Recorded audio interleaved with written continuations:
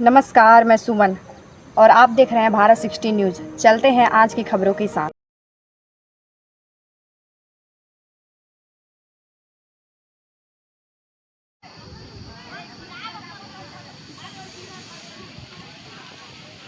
बहुत ध्यान रखना आप लोग इस चीज का। उस मोबाइल में जो लिंक आता है, लिंक समझते हैं जो लोग उपयोग करते होंगे, अगर ऐसा कोई भी लिंक आपके पास आता है तो उस लिंक को टच करने का जरूरत नहीं है। जैसे ही आप उसको टच करते हो, आपके पूरे मोबाइल का डाटा संबंधित के पास चले जाता है और पासवर्ड वगैरह सब वो जानकारी लेके आपके खाते से पैसे ले लेता है।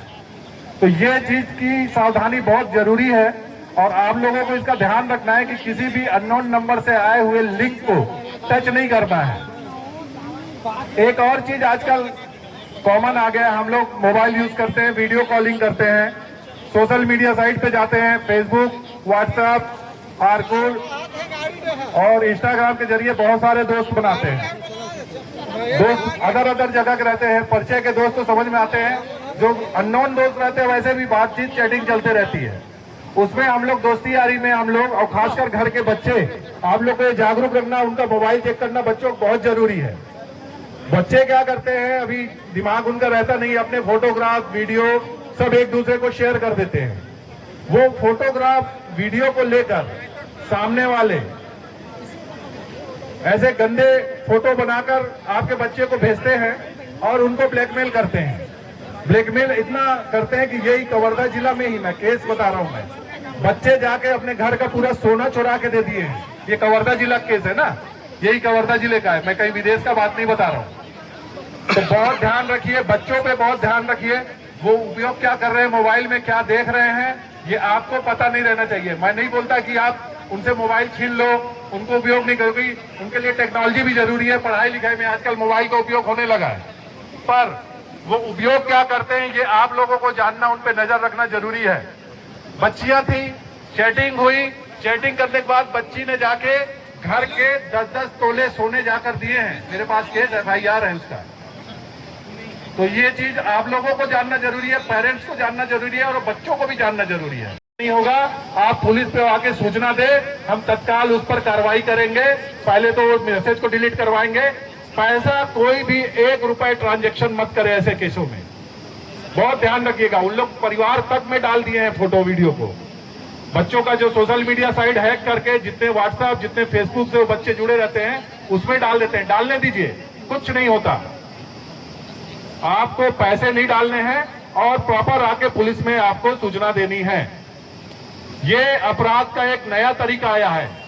चोर लूटता था तो उतना ही पैसा लूटता था जितना हमारे जेब में रहता था, ऐसा ही ना, या उतना पैसा चोरी होता था जितना आप घर में रखते थे।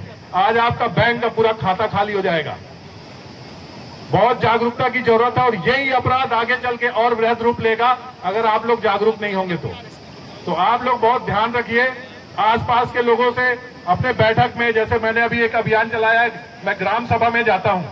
आप यहाँ कम से कम 8 से 10, 15, 20 गांव के लोग आए हुए हैं।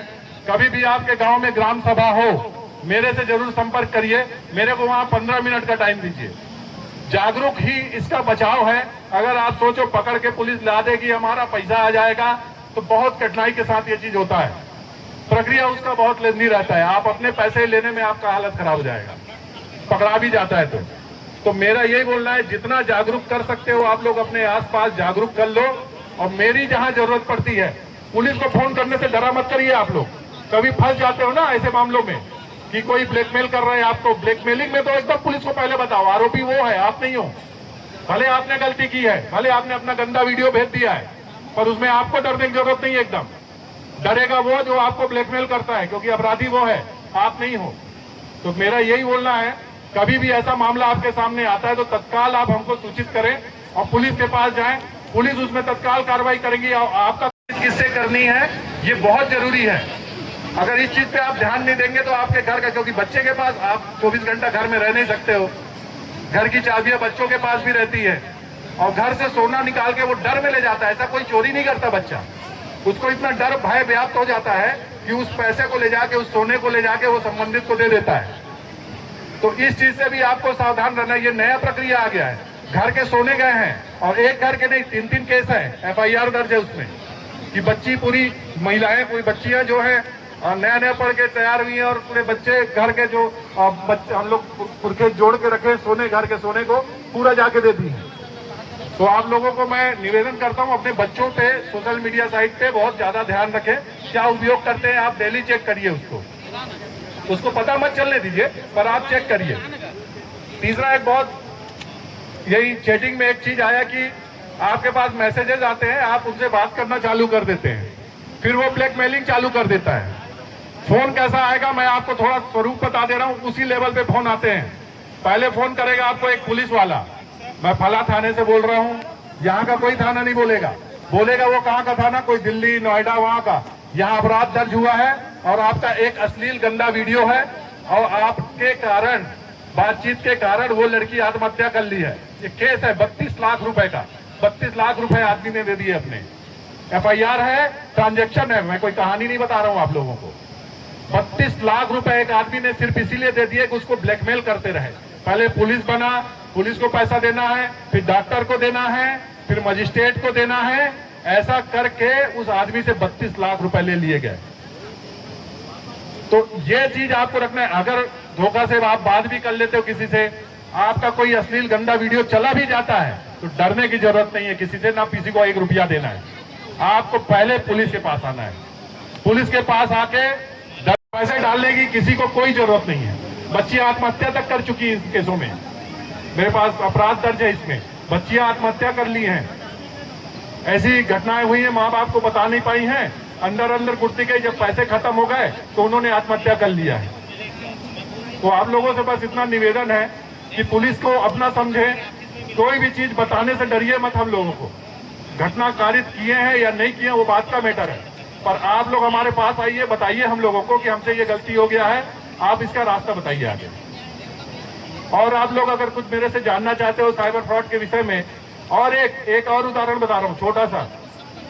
आपका बच्चा बाहर पढ़ता है कहीं, ठीक है, कई लोगों के बच्चे बाहर पढ़ते हैं, लेटेस्ट केस है, घर में आपको फोन आएगा, आपके लड़के को 376 के प्रकरण में पकड़ लिया गया है, उसका मोबाइल बंद है, आप इतना ट्रांजैक्शन करो, केस में बचाना है तो तुरंत पैसा, माँ बाप दे डाले हैं पैसा 20 से 50 हजार 1 लाख, पुलिस बन के फोन किया, आपका बच्चा जेल, अभी हम लोग पकड़ के रखे 376 और डकैती का मामला है और फंस जाएगा वो, आप बचाना चाहते, बताओ क्या करेगा एक माँ बाप जो सीधा साधा होगा, तुरंत जी सर बचा लीजिए, ये मैं पैसा डाल रहा हूँ।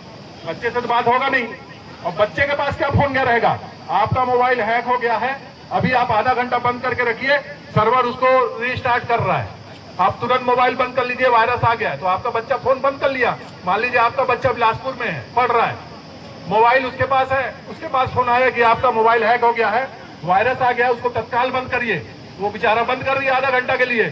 अब आपके पास फोन गया कि आपके बच्चे को हम गिरफ्तार कर लिए हैं, संपर्क आपका होगा नहीं, क्या करोगे, तुरंत बिलासपुर जा नहीं सकते, पैसा ही ट्रांसफर करोगे आप, किए हैं लोग।